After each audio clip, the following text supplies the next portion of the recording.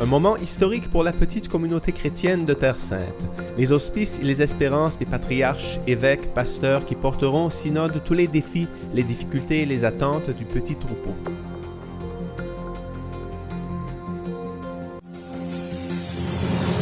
Une seule communauté chrétienne, celle née de l'Église primitive de Jérusalem, unité et communion dans la diversité d'expression.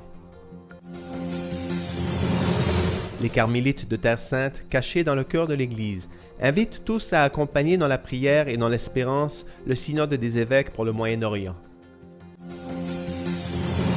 À Jérusalem, 2 journées de célébration pour la fête de Saint François, un saint très vénéré au Moyen-Orient, où grâce à son élan, la custodie de Terre Sainte opère depuis 8 siècles. Des musiciens de renommée internationale pour la représentation des concerts d'orgue organisés par l'Institut Magnificat de Jérusalem, tous les jeudis d'octobre dans l'église du Saint-Sauveur.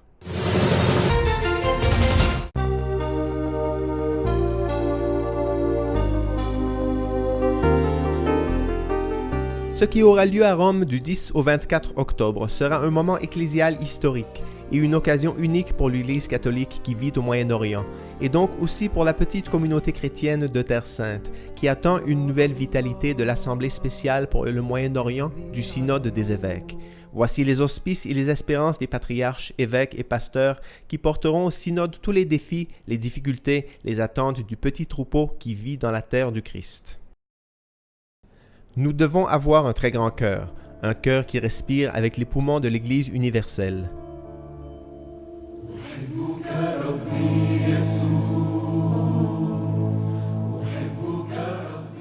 Je crois que le synode est une grâce, un don de Dieu. Il sera bon et fort. Il sera un moment de réflexion et de prière. Et je suis sûr que nos évêques sont tous prêts avec humilité à recevoir l'Esprit Saint pour une nouvelle ère dans l'Église.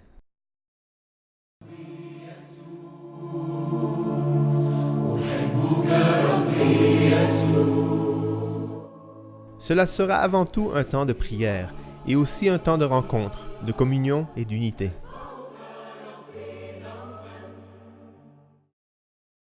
Les attentes ne sont pas autant pour l'Église arménienne que pour l'Église catholique au Moyen-Orient. Ce qui nous manque et ce qui est le plus pressant selon moi est la communion.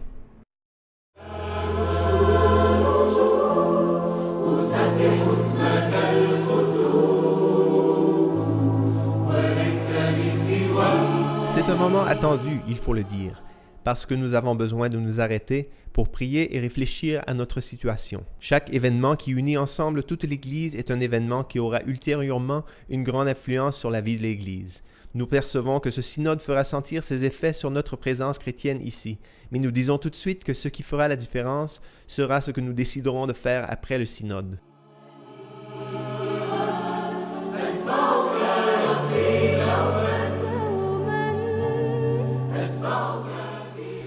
À ceux qui demandent quels seront les résultats concrets du synode, je dirais, il n'y aura pas de résultats concrets, mais certainement un nouvel esprit.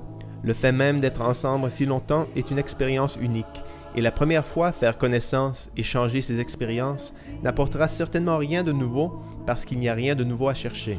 Nous avons déjà tout ce dont nous avons besoin, mais la façon dont nous vivons cette réalité changera. Ce sera certainement une expérience de partage que nous porterons ensuite dans la réalité où nous sommes appelés à vivre.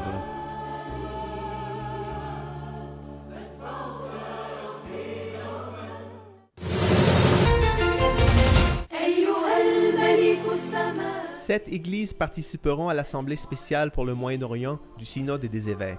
L'Église de rite latin, l'Église maronite, melkite, syriaque, copte, chaldéenne et arménienne catholique. Des églises nées au Moyen-Orient qui font face aujourd'hui à des défis et espérances partout au monde. Réalités, cultures et rites variés, liés à une seule racine. Toutes les églises catholiques au Moyen-Orient, comme chaque communauté chrétienne au monde, remontent à la première église chrétienne de Jérusalem, unie par le Saint-Esprit le jour de la Pentecôte.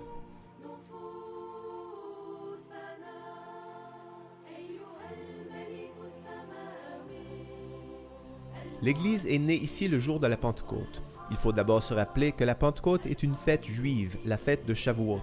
Les prophètes avaient annoncé une nouvelle alliance. « Je vous donnerai un cœur nouveau, je mettrai en vous un nouvel esprit, et vous connaîtrez Dieu. » Cette nouvelle alliance annoncée par les prophètes se réalise le jour de la Pentecôte, parce que Dieu donne à son peuple un nouvel esprit. C'est l'esprit qui vient sur les apôtres et qui transforme la communauté primitive, qui était peureuse, qui avait peur des Juifs, qui s'était enfermée dans le cénacle. Elle la transforme en un peuple qui n'a plus peur d'annoncer le Christ mort et ressuscité pour tous.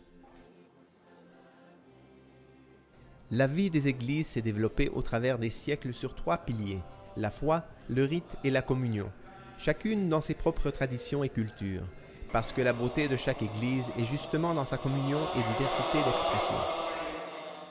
Depuis les débuts, l'Église respecte les diverses traditions et coutumes, cela est très important. Elle n'a jamais essayé de tout mettre ensemble. L'unité ne signifie pas l'uniformité. L'unité signifie être d'accord sur les points essentiels, être d'accord sur le kérigme. Nous cherchons à maintenir l'identité chrétienne au sein du peuple juif, au sein du peuple musulman, où nous sommes dispersés parce que nous sommes une petite église, en diaspora, même si nous sommes toujours au cœur du christianisme. Si nous maintenons ce message, je pense que rien n'est perdu. Il nous reste l'espérance. Jésus même nous a dit « N'ayez pas peur, petit troupeau ». Ce n'est pas la quantité qui compte, c'est la qualité. Et maintenir l'identité chrétienne, présenter Jésus, présenter l'unique commandement de l'amour, aimer Dieu de tout notre cœur, de toute notre âme et de toutes nos forces.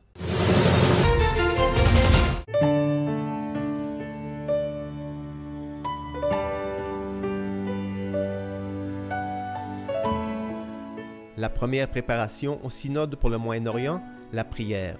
Les carmélites de Terre Sainte en sont convaincus. Cachées dans le cœur de l'Église et unies à tous les chrétiens de l'Église catholique et de la région du Moyen-Orient en particulier, elles invitent à préparer dans la prière le synode des évêques pour le Moyen-Orient qui se déroulera du 10 au 24 octobre à Rome.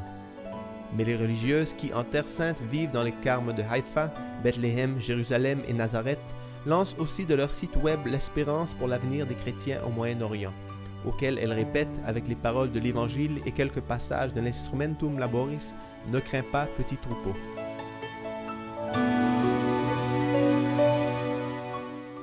L'histoire a fait que nous sommes devenus un petit reste, mais nous pouvons aussi, par notre comportement, devenir aujourd'hui une présence qui compte. Même si parfois pasteurs et fidèles peuvent céder au découragement, nous devons nous souvenir que nous sommes des disciples du Christ ressuscité, vainqueurs du péché et de la mort. Nous avons donc un avenir, nous devons le prendre en main. Il dépend en grande partie de la manière dont nous saurons collaborer avec les hommes de bonne volonté, en vue du bien commun des sociétés dont nous sommes membres. Aux chrétiens du Moyen-Orient, on peut répéter encore aujourd'hui « Ne crains pas, petit troupeau ». Tu as une mission. De toi dépend la croissance de ton pays et la vitalité de ton Église. Elles n'adviendront qu'avec la paix, la justice et l'égalité de tous ses citoyens. L'espérance, née dans la Terre Sainte, a animé les peuples et les personnes en détresse à travers le monde pendant 2000 ans. Au milieu des difficultés et des défis, elle reste une source intarissable de foi, de charité et de joie, pour former les témoins du Seigneur ressuscité, toujours présent au milieu de la communauté de ses disciples.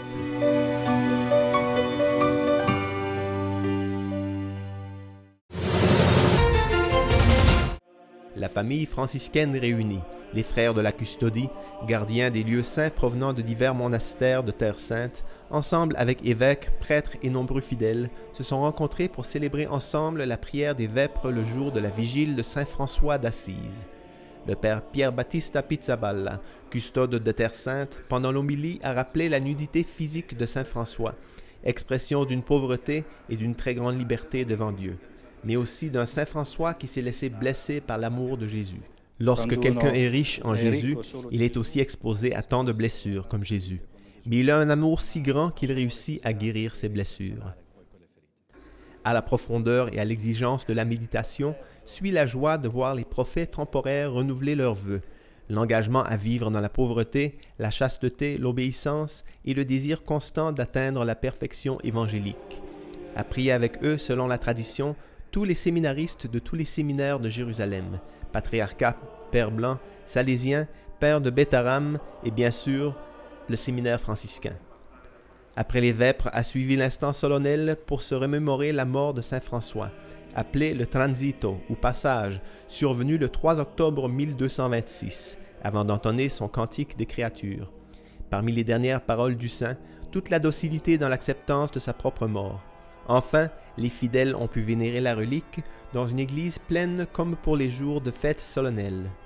François a vécu et servi sa mission en Italie, mais ici aussi, en Terre Sainte, il est très vénéré. C'est justement lui qui a fait la custodie des lieux saints chrétiens. Il y a 800 ans, François implora le sultan afin que les chrétiens puissent visiter les lieux saints, qui étaient alors sous le contrôle des musulmans. Des années plus tard, ce seront justement les franciscains qui auront la tâche de garder plusieurs de ces sites au nom de l'Église catholique. La question que nous, franciscains, devons nous poser après 800 ans, justement ici à la vigile de Saint François, est toujours la même. Comment vivre ce charisme grandiose du Père Saint François ici en Terre Sainte, une terre divisée, lacérée, blessée? Comment pouvons-nous dire une parole et donner un témoignage de vie et de résolution? La célébration est suivie le jour suivant avec la messe solennelle qui débute avec la célébration des frères jubilaires, comptant cette année un nombre significatif d'années de vie religieuse. Le custode faisait office de petit jeune avec ses 25 ans de vie religieuse, tandis que d'autres frères fêtaient leurs 75, 70, 65 ou 50 ans de service au Christ sur les pas de Saint François. Les 3 et 4 octobre, fête de Saint François à Jérusalem, 2 jours de joie qui auront certainement été pour de nombreux frères et pour de nombreux fidèles à se renouveler dans la suite du Christ sur les pas de celui qui en fut l'épiphanie, la manifestation permanente, François d'Assise.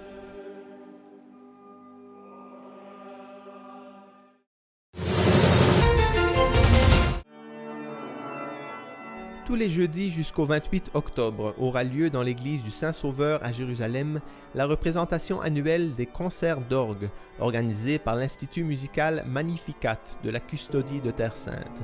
La caractéristique de cet événement est d'associer dans la même édition grands artistes de renom international avec jeunes musiciens au début de leur carrière, mais qui ont déjà récolté succès et éloges lors de concerts et concours en Europe et en Israël.